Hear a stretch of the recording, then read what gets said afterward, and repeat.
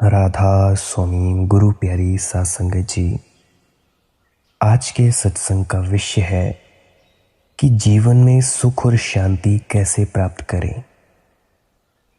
हम श्री गुरु अमरदास जी महाराज जी की वाणी के माध्यम से यह समझने की चेष्टा करेंगे कि हम अपने जीवन में सुख और शांति कैसे प्राप्त कर सकते हैं। सुख और शांति पाने के लिए हम क्या कर सकते हैं। आखिर क्यों हमारे जीवन में दुखों का पहाड़ टूट पड़ा है। बाणी है, घरै अंदर सब बत है बाहर किछ नाही, गुर प्रसादी पाइए अंतर कपट खुलाही। यह तीसरी पातशाही श्री गुरु अमरदास जी महाराज की वाणी है। आप जी फरमाते हैं कि इस दुनिया के हम सब जीव सुख और शांति प्राप्त करना चाहते हैं, लेकिन सुख और शांति की प्राप्ति के लिए हमारा ध्यान आम तौर पर किस ओर जाता है? दुनिया की शक्लों और पदार्थों की ओर। जितना इन शक्लों और पदार्थों में हम सुख और शांति ढूंढने की कोशिश करते हैं, उतने ही हम दुनिया के जीव दिन रात ज़्यादा दुखी होते चले जा रहे हैं। आखिर ऐसा क्यों है? क्योंकि जिन चीज़ों में हम सुख ढूंढ रहे हैं वे अस्थाई हैं, आर्जी हैं। इनका सुख और आराम भी सिर्फ अस्थाई और आर्जी ही हो सकता है। जो भी हमें थोड़े बहुत सुख नज़र आते हैं वे भी समय पाकर आहिस्ता आहिस्ता दुखों में बदलने शुरू हो जाते हैं। अच्छी तरह सोचकर देखें कि जिस वक्त हमारी शादी होती है हमारे मन में कितनी खुशी महसूस होती है। उसी साथी के साथ अगर लड़ाई शुरू हो जाए, झगड़ा शुरू हो जाए, सारा घर नरक के समान बन जाता है। जब बच्चा पैदा होता है तो कितनी दावतें करते हैं, दान पुण्य करते हैं, रिश्तेदारों को इकट्ठा करते हैं और खुशियां मनाते हैं। लेकिन हर एक का अनुभव है, एक्सपीरियंस है कि वे बाल बच्चे कभी बीमार हो जाते हैं, कभी नालायक निकल आते हैं, या किसी वक्त परमात्मा उस संतान को वापस बुला लेता है तो देखें कि वही संतान हमारे लिए कितने दुख का कारण बनकर खड़ी हो जाती है। फिर हम इस सत्ता के नशे में सुख ढूंढने की कोशिश करते हैं। जब लोग हमारी वाह वाह करते हैं, हमारे साथ में हाथ जोड़ते हैं, माथे टेकते हैं, हमें कंधों पर उठाए फिरते हैं तो हमारा मन फूला नहीं समाता। लेकिन आप जी नेताओं का इतिहास सामने रखकर देखें, उन्हीं को हम गोलियों का शिकार बना देते हैं, जेल खानों में डाल देते हैं, पैरों तले उनकी मिट्टी पलीत करनी शुरू कर देते हैं। तब पता चलता है कि यह सुख का कारण है कि दुख का। फिर हम इस दुनिया की धन दौलत में सुख ढूंढने की कोशिश करते हैं, जिसको कमाने में इतने दुख और मुसीबतें उठानी पड़ती है। जब वह जाती है तो अच्छी तरह दुख और मुसीबतों में फंसा कर जाती है। डॉक्टरों की फीसों में होकर निकल जाती है, मुकदमों के खर्चे में होकर निकल जाती है और शरीर पर दुख अलग भोगने पड़ते हैं। हम शराबों की लज्जतों में सुख ढूंढने की कोशिशें करते हैं। ये चीज़ें शायद खाने पीने में बहुत अच्छी लगती हों, लेकिन जब जेल खानों में जाकर चक्कियाँ पीसनी पड़ती हैं, चक्कियाँ चलानी पड़ती हैं, बीमारियाँ भुगतनी पड़ती हैं, फिर पता चलता है कि यह सुख का कारण है या दुख का। इन शक्लों और पदार्थों के अंदर हमें सुख और शांति क्यों नहीं मिलती? गुरु अर्जुन देव जी समझाते हैं, हरख सोग का नगर इह किया। परमात्मा ने यह दुनिया ही दुख और सुख की बनाई है। जैसे सिक्के के दो पहलू, हेड और टेल, ऐसे ही एक साइड के सिक्के पर सुख और दूसरी साइड के सिक्के पर दुख। यहाँ कोई व्यक्ति ऐसा नहीं मिलता जिसे सुख ही सुख प्राप्त हुए हों, कभी दुखों का सामना ही न करना पड़ा हो, और ना ही कोई ऐसा व्यक्ति मिलता है जिसे केवल दुख ही दुख प्राप्त हुए हों, कभी सुख मिला ही ना हो। अगर 10 दिन सुख के बीत जाते हैं तो थोड़े बहुत दुख भोगने पड़ते हैं। अगर 10 दिन दुखों के गुजर जाते हैं फिर थोड़े बहुत सुख के सांस भी मिल जाते हैं। जितने भी हमारे सुख हैं ये हमारे पिछले जन्मों के पुण्यों के कारण हैं या कुछ समय पहले किए गए पुण्यों के कारण हैं। जितने हमारे दुख हैं ये हमारे पिछले जन्मों के पापों के कारण है या कुछ वक्त पहले किए गए पापों के कारण है। पुण्य और पाप इकट्ठा होते हैं फिर हमें अगले से अगला शरीर मिलता जाता है। इस शरीर में बैठकर हमें उन पुण्यों का भी हिसाब देना पड़ता है, उन पापों का भी हिसाब देना पड़ता है। उन पुण्यों का हिसाब देते हुए हम सुखी हो जाते हैं और पापों का हिसाब देते हुए हम दुखी हो रहे हैं। अगर हमारे सिर्फ पुण्य होते तो हम शायद इस शरीर में होते ही ना। कुछ समय के लिए, कुछ अरसे के लिए हम शरीर से बाहर रहते, होशपूर्ण रहते और हम स्वर्ग जैसे सुख में बैठे होते। अगर हमारे सिर्फ पाप होते तो हमें पूरी जिंदगी कोढ़, बीमारियां या दुख दर्द ही झेलनी पड़ती। मैं ऐसे व्यक्तियों को भी जानता हूँ जो जन्म से लेकर मृत्यु तक दुख ही दुख भोगते हैं और बहुत बुरे नरक में जलते हैं। ये ठीक है कि किसी के ज़्यादा पुण्य हैं, थोड़े पाप हैं, इसीलिए हमें वह ज़्यादा सुखी नज़र आता है और कम दुखी। किसी के पापों का बोझ बहुत ज़्यादा होता है, पुण्यों का कम होता है, इसी कारण वह हमें ज़्यादा दुखी नज़र आता है और सुखी कम। लेकिन जब तक हम शरीर में बैठे हैं हर एक को दुख और सुख तो भोगने ही पड़ते हैं और ना ही संत महात्मा इस दुनिया को सुखों की नगरी बनाने के लिए आते हैं। अगर संतों महात्माओं का दुनिया में आने का यही उद्देश्य या मकसद होता कि दुनिया सुख की नगरी बन जाए तो आप खुद सोच सकते हैं कि आज तक तो ज़रूर बन जानी चाहिए थी, क्योंकि हर एक कौम में, हर मज़हब, हर मुल्क और हर वक्त में कैसे कैसे उच्च कोटि के महात्मा आए हैं। आप हिस्ट्री पढ़कर देख सकते हैं। श्री राम आए हैं, श्री कृष्ण आए हैं, महात्मा बुद्ध आए हैं, संत कबीर साहिब जी आए हैं, गुरु नानक देव जी आए हैं तथा अन्य अनेकों संत महात्मा आए हैं। अगर ऐसे ऐसे महात्माओं के आने के बावजूद भी यह दुनिया आज तक सुख की नगरी नहीं बन सकी तो हम क्या सोच रहे हैं कि इस दुनिया को अब सुख की नगरी बना सकेंगे। बाबा सावन सिंह जी समझाया करते थे, दुनिया के कांटे आप चाहे जितने मर्जी इकट्ठा करने की कोशिश करें कभी कामयाब नहीं हो सकेंगे, लेकिन हिम्मत करके अगर अपने पैरों में जूती डाल लेंगे तो दुनिया के कांटे आपके पैरों पर असर नहीं करेंगे। दुनिया की सुख दुख की समस्याएं तो इसी तरह रहेंगी, लेकिन महात्मा जिंदगी गुजारने का या मालिक की भक्ति करने का ऐसा साधन और तरीका बताते हैं जिस पर चलकर हमारा ख्याल ही दुखों और सुखों से ऊपर उठ जाता है। गुरु अमरदास जी फरमाते हैं, जिन्हीं घर जाता अपना से सुखिया भाई। जो शख्स वापस जाकर अपने घर पहुंच जाते हैं वे हमेशा के लिए सुख और शांति प्राप्त कर लेते हैं। हमारा घर कौन सा है? हमारा अपना घर कौन सा है? जहाँ परमात्मा रहता है, परमेश्वर रहता है। हमारी आत्मा उस परमात्मा से मिलकर ही हमेशा के लिए सुख और शांति प्राप्त कर सकती है। दुनिया की शक्लों और पदार्थों के अंदर भी थोड़ा बहुत सुख ज़रूर मिल जाता है अगर हमारी लिव, हमारा ख्याल उस मालिक की भक्ति में, मालिक के प्यार में है।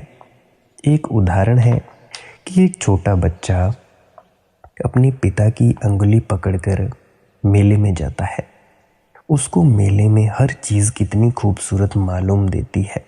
बच्चों के खिलौने कितने अच्छे लगते हैं, मिठाई की दुकानें कितनी अच्छी लगती हैं। वह बच्चा सोचता है कि इसको खुशी शायद उस बाज़ार के साजो सामान से मिल रही है।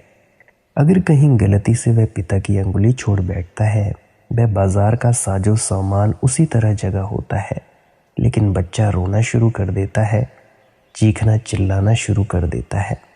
फिर वह महसूस करता है कि उस नुमाइश में वह खुशी तब तक ही प्राप्त कर सकता था जब तक उसने अपने पिता की अंगुली पकड़ी हुई थी। इसीलिए संत बार बार कहते हैं कि ध्यान में जाओ, ध्यान में उतरो, या दूसरी भाषा में कहते हैं कि भजन में उतरो, सिमरन करो, हमेशा भजन सिमरन करते रहो। अगर तुम सोचते हो कि धन कमाकर तुम सुखी हो सकते हो तो नहीं। हाँ, ध्यानी के पास अगर धन हो तो वह ज़रूर आनंदित होगा। अगर तुम सोचते हो ऊंचे महलों में खुशी हासिल कर सकोगे, नहीं, ऐसा नहीं है। हाँ, अगर ध्यानी महल में होगा तो वो वहाँ भी सुखी होगा। ध्यानी अगर भजन सिमरन वाला शख्स अगर झोंपड़े में भी होगा तो वो भी उसके लिए महल हो जाएगा। भजन सिमरन वाला शख्स अगर कहीं नरक में भी होगा तो भी उसे नरक की कोई भी आग जला ना सकेगी। नरक से मेरा मतलब कोई भी दुखों का पहाड़ टूट पड़े, बीमारियां टूट पड़े, वो भी उसको हल्का सा भी डामाडोल नहीं कर सकती।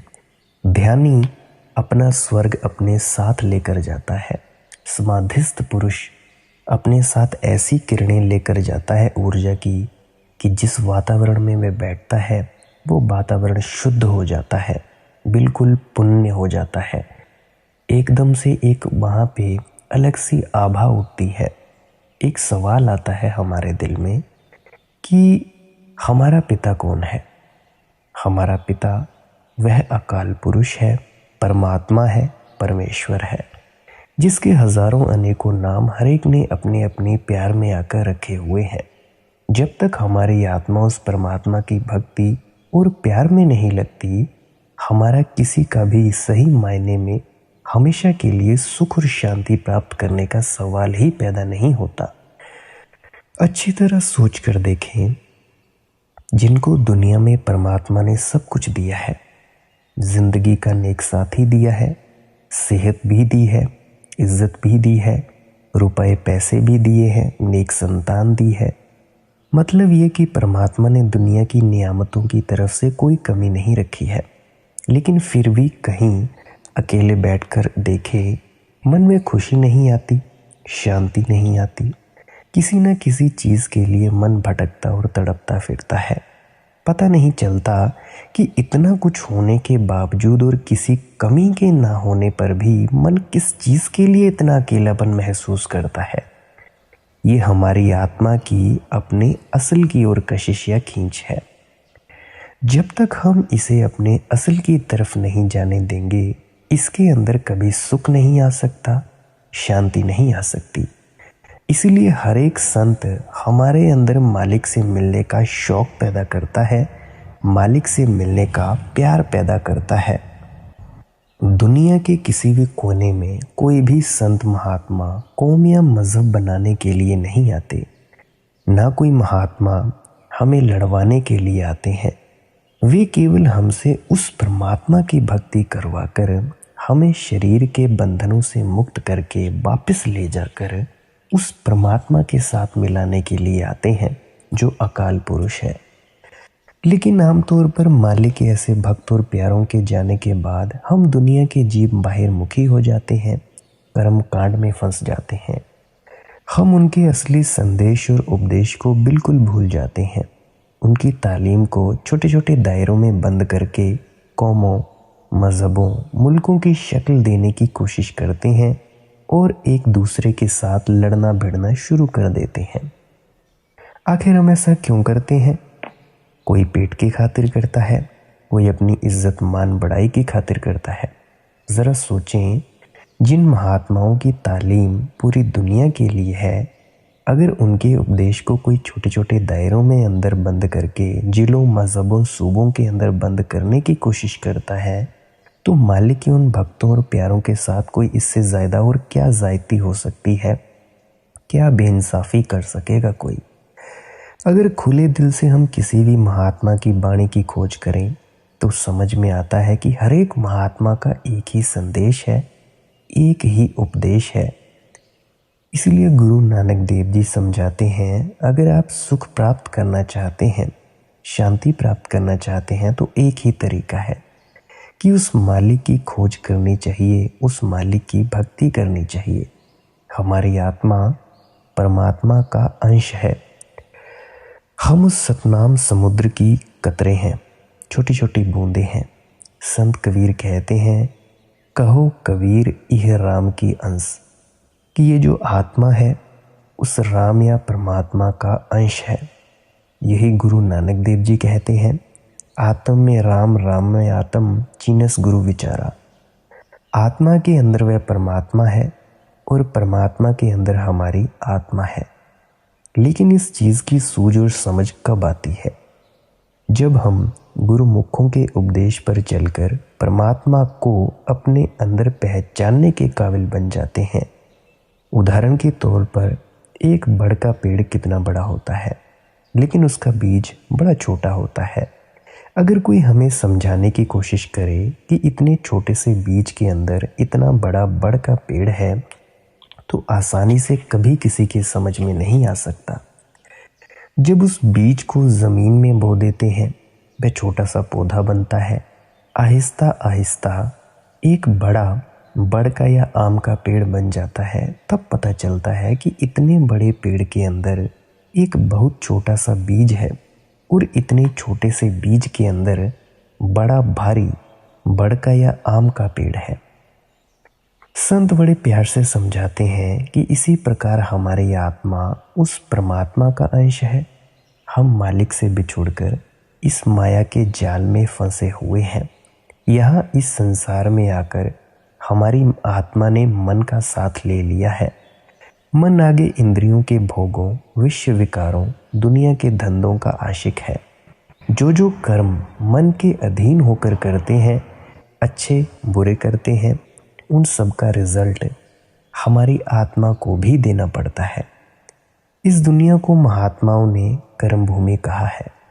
गुरु अर्जुन देव जी ने 12 महान में इसे कर्मा संदड़ा खेत कहा है, क्योंकि ज़मीन में मनुष्य जो भी बीज डालता है उसी फसल को काटने के लिए उसे जाना पड़ता है। अगर कोई मिर्ची बोता है तो मिर्ची की फसल इकट्ठी करने चला जाता है। हमारे खेत में भी हमने मिर्ची बोई है तो हम अक्सर उस खेत में से मिर्ची तोड़कर ले आते हैं। अगर कोई आम का वृक्ष लगाता है तो आम के वृक्ष खाने का हकदार बन जाता है। इस शरीर में बैठकर अगर हम अच्छे कर्म करते हैं तो अच्छा नतीजा भोगने के लिए आ जाते हैं। बुरे कर्म करते हैं तो बुरा नतीजा भोगने के लिए आ जाते हैं। ना तो अच्छे कर्मों के कारण कोई इस शरीर के बंधनों से आज़ाद हो सकता है, ना कोई बुरे कर्मों के कारण इस शरीर के बंधनों से आज़ाद हो सकता है। अगर हम नेक कर्म करते हैं तो क्या नतीजा होता है? हम हुकूमतों, कौमों, मज़हबों की राज सत्ता लेकर आ जाते हैं। लोहे की जंजीरें उतर जाती हैं, सोने की बेड़ियां पड़ जाती हैं। झोंपड़ी से बिस्तर उठा लेते हैं, महलों में जाकर बिछा लेते हैं। झाड़ू निकलता है हाथ से, हुकूमत की बागडोर मिल जाती है। ज़्यादा से ज़्यादा हम बड़ा ज़्यादा सुख महसूस करते हैं, अशरीरी होने का सुख महसूस करते हैं। ये भी भोग योनियाँ कहलाई जाती हैं, जैसे किन्नर, यक्ष, गंधर्व, यक्षिनी, दक्षिणी, पिशाचनी, अलग अलग तरह की आत्माएं हैं। तो ये भी भोग योनियाँ हैं, एक निश्चित समय अवधि के लिए है। उसके बाद फिर हमें इसी दुनिया में आना पड़ता है। अगर हम बुरे कर्म करते हैं फिर तो हमारा बुरा हाल इस दुनिया में होता ही है। क्या राजा, क्या प्रजा, क्या अमीर, क्या गरीब, क्या औरत, क्या आदमी, हम दुनिया के सब जीव इस दुनिया में आकर अपने अपने कर्मों का हिसाब दे रहे हैं। और उन कर्मों के कारण जिस भी जगह जाकर किसी को जन्म लेना पड़ता है, उसी शरीर में बैठकर दुखों और मुसीबतों का सामना करना पड़ता है। किसी भी शरीर में जाकर कोई कभी सुख हासिल नहीं कर सकता, शांति हासिल नहीं कर सकता। नीचे की योनियों की हालत तो क्या बयान करें, रूह कांपती है, सोचा ही नहीं जा सकता। रोज़ कितनी ही एकदम से जानवरों का काटा जाता है। आप देखें, इंसान का जामा, जिसे हम सृष्टि का सरताज कहते हैं, अशरफुल मखलूक़ात कहकर याद करते हैं, नर नारायणी देह कहते हैं। इस शरीर में बैठकर कौन सा कोई सुख हासिल कर सकता है, कोई शांति प्राप्त करता है? कोई बीमार हुआ पड़ा है, कोई बेरोजगार है। आज देखें भारत में बेरोजगारी की दर बहुत ज़्यादा है। देखो किसी को संतान नहीं होती, वह गरीब किस तरह तड़प रहा है, और कईयों को संतान ने सूली पर टांगा हुआ है। किसी ने कर्जा लेना है, किसी को देना है। रोज़ आप कंगालों की हालत सड़कों पर देखें। अभी ठंड का मौसम है, अभी जाकर देखें सड़कों पर।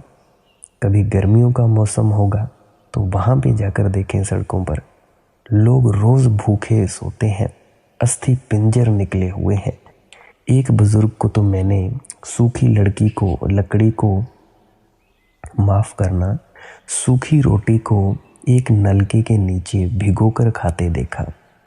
कुछ बच्चों को मैंने गोबर में से दाने चुग चुग के खा के देखा। तो देखें कितना दुख है। अस्पतालों में जाकर कभी बीमारों की चीखें सुनकर देखें। जेल खानों में जाकर कभी मुजरिमों की कहानियाँ सुने। दुनिया में दुख ही दुख, मुसीबतें ही मुसीबतें हैं। कभी यूट्यूब पे न्यूज़ देखो, अखबारें पढ़ो, किस तरह कौमों, मज़हबों और फेसबुक पे कितने ही सारे झगड़े चलते ही जा रहे हैं। कितने गरीबों का खून होता है, कितनी औरतें विधवा हो रही हैं बॉर्डर पर। अभी देखो युद्ध चल रहा है रशिया, कितने बच्चे यतीम होते हैं। जिस नगरी में ये हालत है, रोटी कपड़े के लिए लोग भटकते हैं, उस जामे में बैठकर कोई सुख किस तरह प्राप्त कर सकता है? गुरु अमरदास जी उपदेश करते हैं, पीर सचेते सदा सुहागण। हमारी आत्मा स्त्री है और वह परमात्मा इसका पति है। उदाहरण है, जब तक यह रूह रूपी स्त्री परमात्मा रूपी पति के चरणों तक नहीं पहुंचती, कभी सुहागिन नहीं हो सकती और इसका जन्म मरण के दुखों से कभी छुटकारा नहीं हो सकता। इसीलिए हर एक को उस परमात्मा की तलाश है। हम दुनिया के सब जीव परमात्मा से उसमें मिलना चाहते हैं, लेकिन जिस परमात्मा की हमें खोज है, जिस परमात्मा से हम मिलना चाहते हैं, वह परमात्मा कहीं बाहर नहीं है। गुरु साहिब समझाते हैं, घर अंदर सब बत है, बाहर किछ नहीं। कि भाई वह परमात्मा जिसने सब कुछ पैदा किया है, जर्रे जर्रे पत्ते पत्ते में समाया हुआ है, जो सर्वव्यापक है, वह परमात्मा कहीं बाहर नहीं है। हमारे घर के अंदर बैठा हुआ है, हमारी देह के अंदर बैठा हुआ है। अगर कोई प्रयोगशाला है जिसके अंदर जाकर हम उस परमात्मा की खोज कर सकते हैं, तो वह केवल हमारा अपना शरीर, अपना वजूद या अपनी देह है। किसी भी संत की वाणी को अच्छी तरह पढ़ें। सब लोगों का एक ही उपदेश है। गुरु अमरदास जी की वाणी, काया अंदर आपै वसै, अलख न लखिया जाई, मनमुख मुग्ध बूझे नहीं, बाहर पालन जाई। हम गवार हैं, मूर्ख हैं, मनमुख हैं, मुग्ध हैं। परमात्मा तो हमारे शरीर के अंदर बैठा हुआ है और हम उसे दिन रात बाहर ढूंढने की कोशिशों में लगे हुए हैं। संत कबीर कहते हैं, ज्यों तिल माही तेल है, चकमक में आगी, तेरा साईं तुझ में जाग सके तो जागी।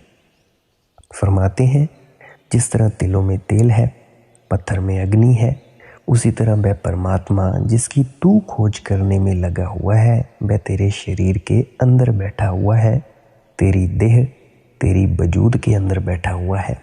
जीसस क्राइस्ट ने बाइबल में समझाया कि पश्चाताप करो, खुदा की बादशाहत तेरे अंदर है। यानी जो कुछ पिछले जन्मों में कर्म किए हैं, उनका पश्चाताप करो, उनका हिसाब किताब ख़त्म करो, भुगत कर, प्रारब्ध ख़त्म करो, भुगत कर। परमात्मा कहीं बाहर नहीं है, वह तुम्हारे शरीर के अंदर बैठा हुआ है, तुम्हारी देह या वजूद के अंदर बैठा हुआ है। तुलसी साहिब कहते हैं, क्यों भटकता फिर रहा तू है तलाशे यार में, रास्ता शाहरग में है दिलवर पहचाने के लिए। क्यों परमात्मा की खोज में जंगलों पहाड़ों में भटकते फिरते हो? परमात्मा कहीं बाहर नहीं, वह तुम्हारे शरीर या वजूद के अंदर बैठा हुआ है।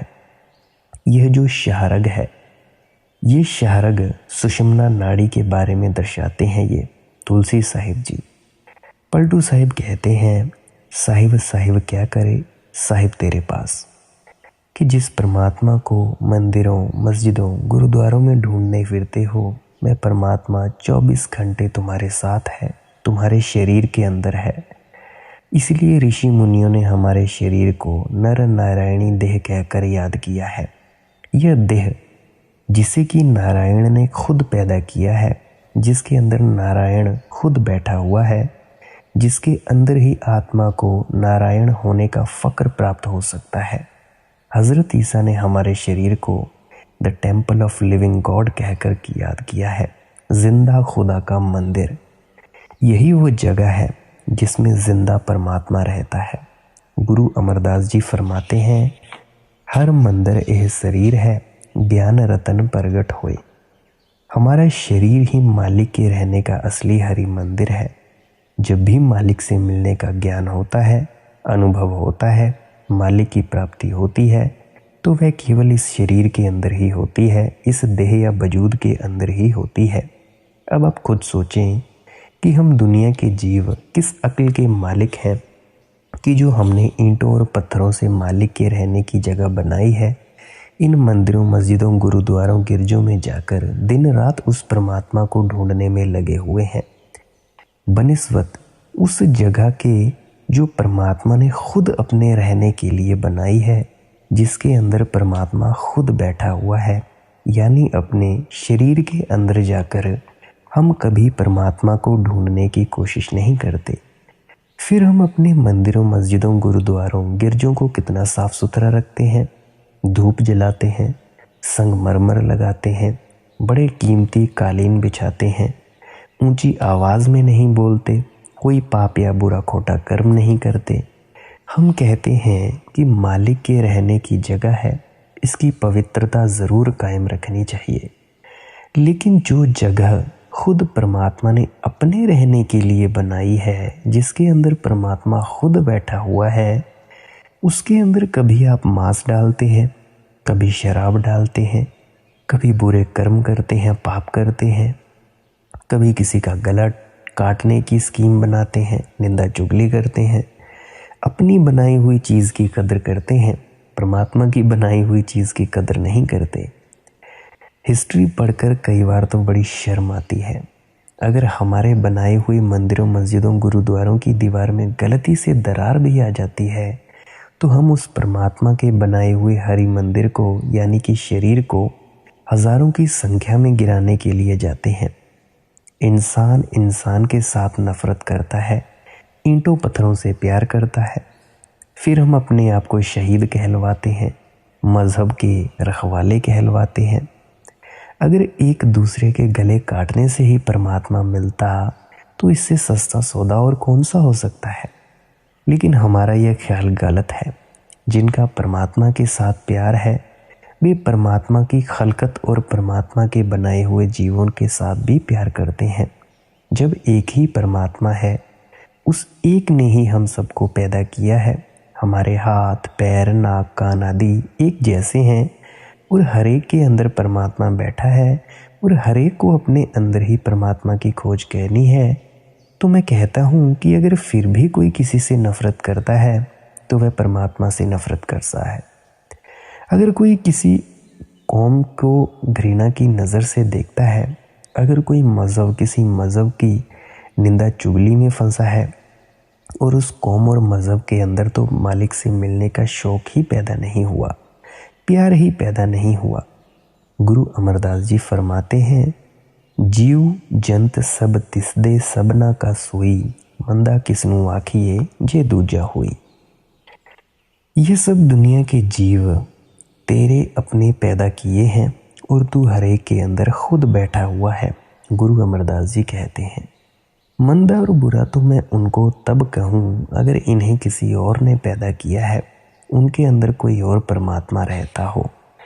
जिन महात्माओं के पीछे लगकर हम कौमों, मज़हबों, मुल्कों के झगड़े खड़े करते हैं, उनकी तालीम हमारे ख्याल को कितना ऊंचा ले जाने की कोशिश करती है। संत कबीर कहते हैं, अवल अलह नूर उपाया, कुदरत के सब बंदे, एक नूर ते सब जग उपजिया, कौन पले को मंदे।